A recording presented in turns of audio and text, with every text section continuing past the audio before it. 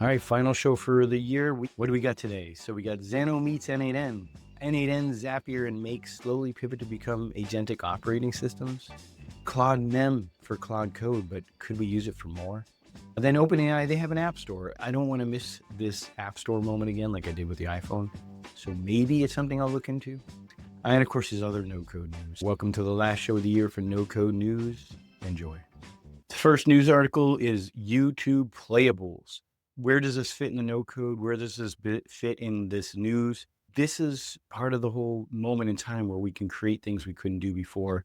Whether it's slop or not, we'll leave that up to people to argue or discuss.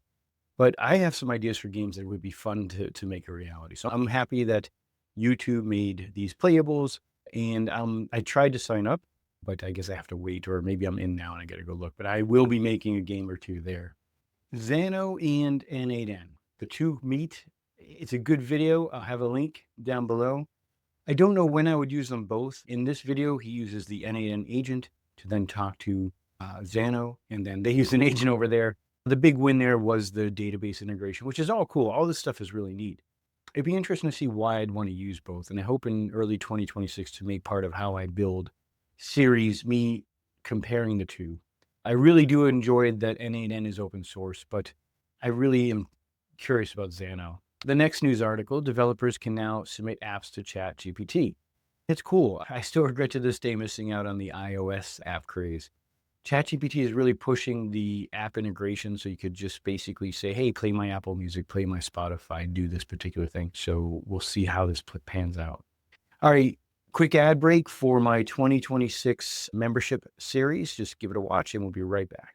2026 is almost here, and I want to show you 4 tracks that I'm going to be focusing on 2026. And by the end of that year, I just want you to get a sense of like how much you're going to learn, how to have a self-hosted Linux box with all the AI, all the automations and no code we talk about all the time. But you're going to have your own. And at this point, you could put this in your customer's office.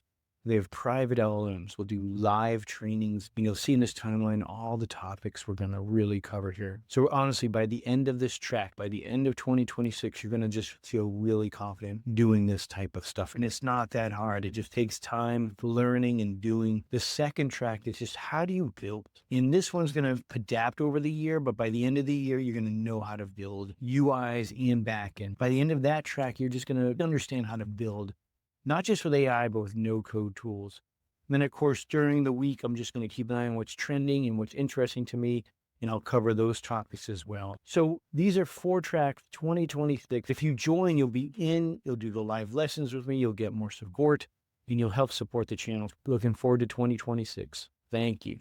All right, thanks for watching that. All right, the next article or news thing I want to that came to my news feed is SimTheory. So I'll have a link below. SimTheory, I hear these guys have a podcast who work there.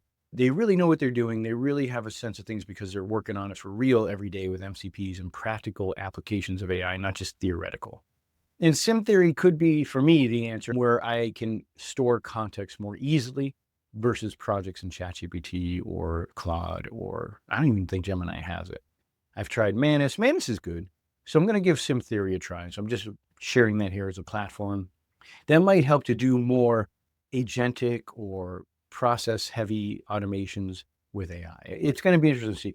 The big win might be just the context, the fact that I have a place that stores context in a way that it doesn't have limitations or like this feeling of not done well, like with OpenAI. All right, the next news article is Zapier. They're a sponsor at times, but I'm always really honest with everything I'll say here. And they continue to push agent dashboards, agent hubs, and more agent workflows. In this case, it's a template type system where you can get going and have your agentic Jira, your agentic code reviews, and other just normal things companies need to remove some of the grunt work we all have many years of doing. Many developers I've known have spent most of their day just doing code reviews. If they could train an AI system to do it for them, and it's not impossible, then they could save a bunch of time. And there's so much value here. So when platforms like Zapier or any of these are creating these out of the off-the-shelf solutions, it's really worth thinking about. All right, now for videos I like this week. Again, that Xano and N8N one, it's worth a watch. If anything, you get a sense of what Xano can do, and then you start to see where the Venn diagram of these two overlap. It's going to be really interesting to see where they don't overlap. Especially N8N already wins in the open source self-hosting, but it'd be interesting to see, really. The next video that caught my attention is Spaceport. He does great videos here, and it's local AI facts 2.0 hardware deep dive. Good video if you're interested in this stuff, and he just goes through a bunch of the common questions people have about this stuff. So worth a watch, worth a listen, and he's got a great channel, just really fun stuff. Another channel that comes across my radar is xCreate. He seems to be having a really good time. And this is ZImage Turbo. So just how to run these image generation tools on your Mac and just see what you can do with them, how fast they are, and how you can maybe push them a little bit more. Good channel, another one to keep an eye on. Then there's a video I did. I'll have a link to that as well. This is on Olares. Now I go over Olares, which is like an open source software / not open source hardware that will run on-prem AI and hosting solutions in a really nice way. They just did a wonderful job. But by the end of the video, I have one reservation, and I really think it's worth a listen. So give the video a watch, get a sense of what this product can do for you if you want to run your own on-prem home, office, whatever solution. And then just consider what you're getting into. Trending repos and HuggingFace news. Kuga is an IBM agent. And again, I didn't get a lot of chance to look at this one, but it looks like there's a lot of thought put into it. It has a way to maybe escape the endless code. Some of these platforms have such opinionated frameworks that the AI can put the code out there in a way that it's going to be good, or not good, but work. So in this case, it's just how do you make these enterprise agents so that they know the context of the enterprise and the task of the enterprise and stay on task. Any of these frameworks or platforms could be a good win for a company that's trying to figure out how to agentify some of their work without the BS of the word agentic, but mostly like how to really make these things do tasks. I'll cover some of those as you saw in the video with my ad. Next, AI Draw-io, another GitHub repo that looks interesting as it does charts, diagrams. And again, just look at this one from the sense of how it's done. It has a chat and then the output on the left. And this is the AGUI framework. Copilot Kit talks a lot about this and how you can build things in a way that you're not coding the UI by hand as much as letting JSON populate the UI with forms and tables and diagrams.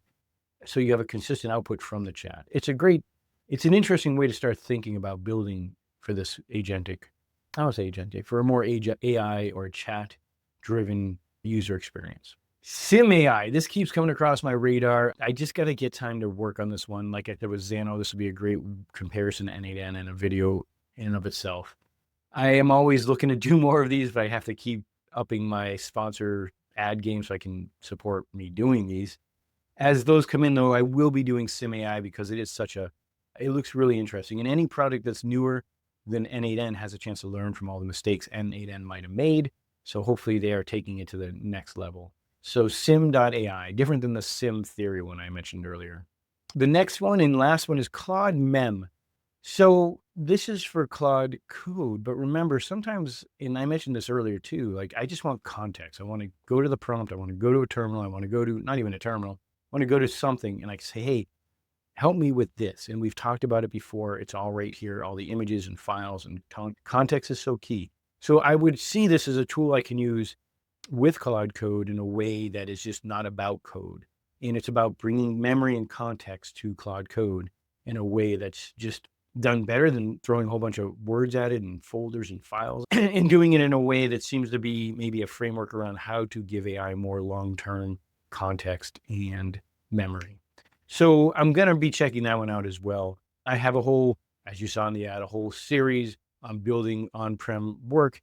I wonder if this could be better than RAG or play a different role than RAG for the AI part of things. I have to just figure it out, honestly. So that's Claude-mem. All right.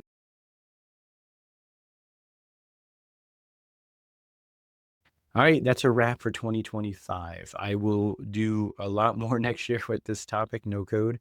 And it really is a big changer for me. It's been a year of no code. And I don't know if I did any code this year, actually, where I had to go in and really do it other than a few vibe coding efforts, but they were fun. But again, I just was drawn back to the softer or the draggable interfaces and then N8N backends and whatnot.